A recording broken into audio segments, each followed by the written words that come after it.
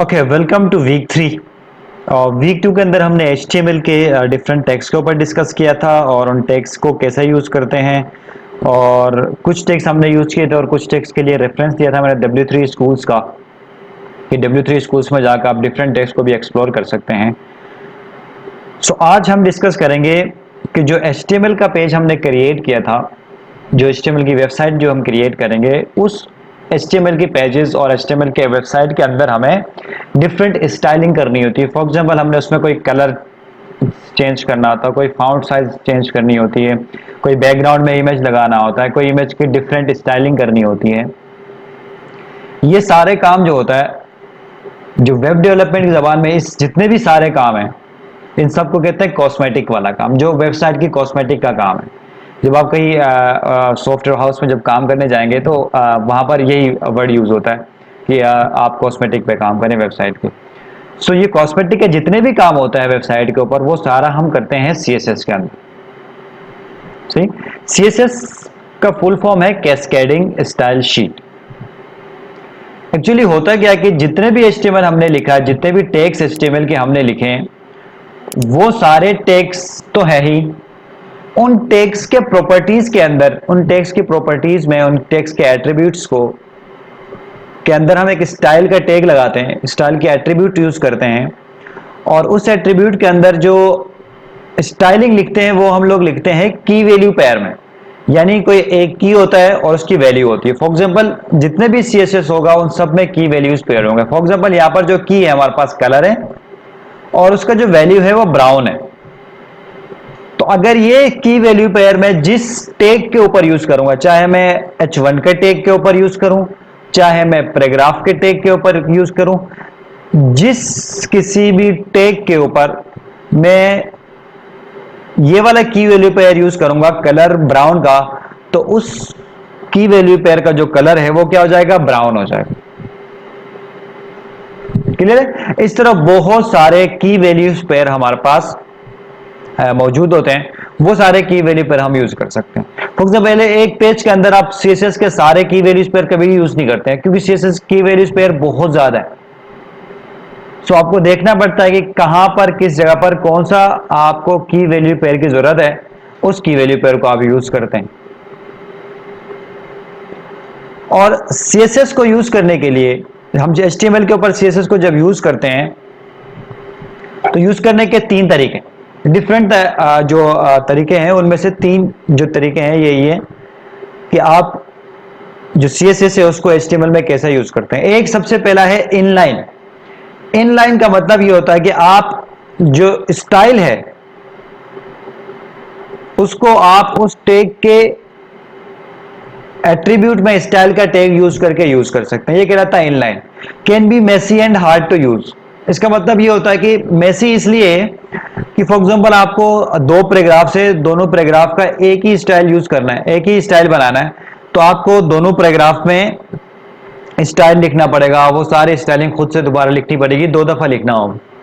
तो इस तरह मैसी है कि एक जगह पर बहुत सारे कोडिंग हमें डिफरेंट, यानी आप ये कह सकते हैं नॉर्मलिटी नहीं है, आपको डबल डबल लिखना पड़ता है, बहुत सारे चीजें मिक्स हो जाती हैं, तो इसलिए मुश्किल हो जाता है।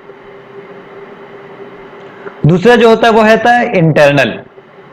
इंटरनल जो यूजिंग होती है वो ये होता है कि फॉर एग्जांपल आप जो स्टाइलिंग करेंगे वो इनलाइन नहीं करेंगे, लाइन के अंदर नहीं करेंगे, आप इंटरनल करेंगे। यानी हेड का जो हमारे पास टैग होता है, उस टैग के अंदर हम जाएंगे, उस टैग के अंदर स्टाइल का टैग एक ओपन करेंगे और उस टैग के अंदर जितने भी कॉस्मेटिक के, जितने भी CSS का काम होता है उस टैग के अंदर लिख देंगे, जितने भी की वैल्यू पेयर चाहिए होते हैं। ये भी थोड़ा सा यूजफुल चीज है कि हम उसको, हम क्या कर सकते हैं, इतना मैसी नहीं होता, हम उसको कंट्रोल कर सकते हैं। तीसरा जो ऑप्शन है एक्सटर्नल CSS का मतलब ये होता है कि आप एक जैसे .html के नाम से एक फाइल बनाया था आपने, उसी तरह .css का एक फाइल बनाएंगे। उस फाइल के अंदर जितने भी CSS के की वैल्यूज पेयर आपको चाहिए वो सारे आप उसमें लिख देंगे और उसको अपने HTML के साथ क्या कराएंगे, लिंक करा देंगे। तो जस्ट एक दफा लिंक कराने से क्या होगा, जितने भी CSS आपने लिखी है वो क्या होगा, उसके ऊपर अप्लाई हो जाएगा। तो ये बहुत अच्छा फायदा ये होता है कि आप HTML को बिल्कुल अलग रखते हैं, CSS को अलग रखते हैं, तो कल को कोई भी चेंजेस होती है तो आप CSS के फाइल में चेंज कर सकते हैं बआसानी, बगैर ढूंढे। क्लियर है? अब सवाल यहां पर यह पैदा होता है कि बहुत सारे सीएसएस के टैग्स हैं, वो सारे सीएसएस के टैग्स आपको मिल जाएंगे सीएसएस के जो W3 स्कूल्स पे जाएंगे, तो सीएसएस के जितने भी प्रॉपर्टीज, जितने भी आपके पास की वैल्यूज पेयर हैं, जैसे फॉर एग्जांपल ये बैकग्राउंड कलर है, ये क्या है, इसका की है, और ये लाइट ब्लू जो किया है वो क्या है हमारे पास, वैल्यू है। सही, तो आप W3 स्कूल्स के ऊपर जाएंगे तो बहुत सारे बेताशा सीएसएस के की वैल्यूज पेयर हमारे पास होते हैं। अब ये सारे की वैल्यूज पेयर डिपेंड कर रहे होते हैं आपके ब्राउजर के ऊपर। फॉर एग्जांपल आप एक मॉडर्न सीएसएस का जो की वैल्यू पेयर यूज करेंगे तो क्या होता है, वो इंटरनेट एक्सप्लोरर के अंदर वो चलता नहीं है, तो जिसकी वजह क्या होता है, आपके पास तो बिल्कुल आपकी वेबसाइट बेहतरीन नजर आ रही होगी, लेकिन वही वेबसाइट आपका कोई यूजर इंटरनेट एक्सप्लोरर के ऊपर यूज कर रहा होगा तो उसको बिल्कुल अजीब सा नजर आएगा। सो ये सारी चीजें आप देखना चाहते हैं तो देख सकते हैं कि कौन से ऐसे की वैल्यूज पेयर हैं जो इंटरनेट एक्सप्लोरर सपोर्ट नहीं करती हैं। कुछ ब्राउजर्स, फॉर एग्जांपल ब्राउजर्स जो आपके पास इसका ब्राउजर है, क्रोम का ब्राउजर, तो जाहिर सी बात है किसी के पास लेटेस्ट होगा, किसी के पास पुराना होगा, तो कुछ टैग्स पुराने पे, कुछ जो आपके सीएसएस के प्रॉपर्टीज हैं जो की वैल्यूज पेयर है वो काम कर जाती हैं, कुछ नहीं करती हैं। तो अगर वो सारी चीजें आपने देखनी है तो एक वेबसाइट है caniuse.com। ये caniuse.com के ऊपर आएंगे तो यहां पर बहुत सारी चीजें आपको बताएंगे कि कौन सी चीज मैं यूज कर सकता हूं या नहीं कर सकता हूं। अब फॉर एग्जांपल बहुत सारे ब्राउजर इस वक्त मेरे सामने नजर आ रहे हैं, इंटरनेट एक्सप्लोरर है, एज है, फायरफॉक्स है, क्रोम है, सफारी है, ओपरा है, iOS सफारी है, ओपन, तो बहुत सारे यहां पर मेरे पास वेबसाइट्स के जो लिस्ट आ रहा है और ये सारे उसके वर्जन है। अब इनके ऊपर कैसे काम करता है, सीएसएस सपोर्ट करता है या नहीं करता, वो यहां पर लिखी हुई सारी। फॉर एग्जांपल एक सीएसएस की प्रॉपर्टी है, CSS writing mode property, writing dash mode की प्रॉपर्टी है, वो इंटरनेट एक्सप्लोरर के ऊपर काम कर रही है नहीं कर रही है, क्रोम के ऊपर काम करेगी नहीं करेगी, ये इसमें लिखी हुई सारी। अब इसमें पार्शियल का मतलब है तो कभी कभी काम करते हैं, कुछ काम नहीं करते हैं। इंटरनेट एक्सप्लोरर 6 के अंदर और क्रोम 30 के अंदर बिल्कुल काम करते हैं, यानी क्रोम 30 के बाद जितने भी क्रोम 30 के ब्राउजर थे, कुछ 31 इस वक्त 37 चल रहा है, तो वो सारे क्या कहलाते हैं, यूज हो सकते हैं। अब जहां जहां पर नो लिखा हुआ है, फॉर एग्जांपल ये सीएसएस के जो की वैल्यू पेयर है टच एक्शन की प्रॉपर्टी, ये प्रॉपर्टी इंटरनेट एक्सप्लोरर 6 के अंदर नहीं चल सकता। तो आपको वो सारे प्रॉपर्टीज जितने भी देखें यहां पर बहुत सारी चीजें आपको नजर आ रही हैं, सारी चीजें आप caniuse में जाके चेक कर सकते हैं, चेक करने के बाद उसको यूज कर सकते हैं। क्लियर? तो फॉर एग्जांपल यहां पर लास्ट क्लास के अंदर हमने एक लिंक्स वगैरह कुछ क्रिएट किए थे, यहां पर उसके अंदर स्टाइल कैसे करेंगे। फॉर एग्जांपल ये एक मेरे पास HTML का फाइल है, इस फाइल के अंदर एक H1 का टैग लगा हुआ है जिसके अंदर H1 लिखा हुआ।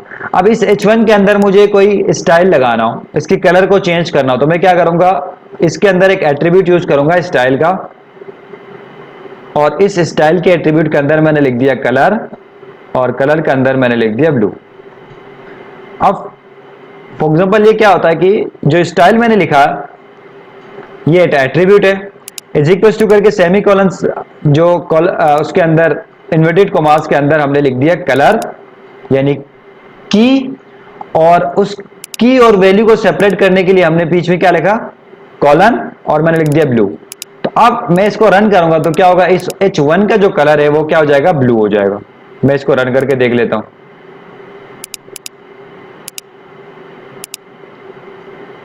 लिंक्स को रन कर देंगे तो देखेंगे यहां पर जो links and formatting in HTML लिखा हुआ ये ब्लू कलर में आएगा। मैं चेंज करता हूं, यहां पर ब्राउन कर देता हूं कलर, तो यहां पर देखो ये ब्राउन में आता है। सो इस तरह डिफरेंट कलर स्कीम्स होती हैं, आप कलर के नाम लिख दें या कलर के डिफरेंट स्कीम्स होती है उसके बारे में डिस्कस करेंगे, वो आप सारे लिख सकते हैं। सो इस तरह आप की वैल्यूज पेयर के अंदर सीएसएस को यूज कर सकते हैं। और एंड में मैंने सेमीकोलन लगाया, सेमीकोलन का मतलब ये होगा कि ये जो की वैल्यू पेयर है अब एंड हो चुका है। इसके बाद आप दूसरा की वैल्यू पेयर यूज कर सकते हैं। फॉर एग्जांपल मैंने लिख दिया फाउंट साइज, फाउंट साइज में मैंने लिख दिया ये 200%। तो क्या होगा, यहां पर ये की और ये वैल्यू यहां पर एंड होगा। उसके बाद दूसरा की स्टार्ट हो गया फाउंट साइज का, और उसकी वैल्यू हमने लिख दी और ये यहां पर एंड हो गया। इस तरह जितने भी आप कीज यूज करते रहेंगे की वैल्यू पेयर, तो उतने सारे की वैल्यू पेयर आप यूज कर सकते हैं सीएसएस के अंदर। अब मैं इसको जाके यहां पर रिफ्रेश कर देता हूं, देखो यहां पर इसका जो फॉन्ट साइज है वगैरह चेंज हो जाएगा। क्लियर हो गया? तो इस तरह आप H1 के ऊपर, आपने पैराग्राफ के ऊपर कोई कुछ काम करना हो फॉर एग्जांपल, तो आप स्टाइल के यूज कर सकते हैं यहां पर, वही सेम टेक। अब यहां पर आप फॉन्ट साइज चेंज कर सकते हैं, 200% कर दिया। तो अब देखो यहां पर जो टेक्स्ट लिखा हुआ है, इस टेक्स्ट का साइज जो है बड़ा हो जाएगा, नजर आ गया जी। तो इस तरह आप हर एक टैग के ऊपर जाकर उसके अंदर स्टाइल का टैग यूज करके आप क्या कर सकते हैं, स्टाइलिंग कर सकते हैं, कॉस्मेटिक के जितने भी काम है सारे उसमें कर सकते हैं। क्लियर है? तो इस वीडियो को यहीं पर एंड कर देते हैं, और नेक्स्ट वीडियो के अंदर हम वही चीजें डिस्कस करेंगे, इनलाइन सीएसएस किस तरह यूज करते हैं, इंटरनल सीएसएस किस तरह यूज करते हैं, और एक्सटर्नल सीएसएस कैसे यूज करते हैं।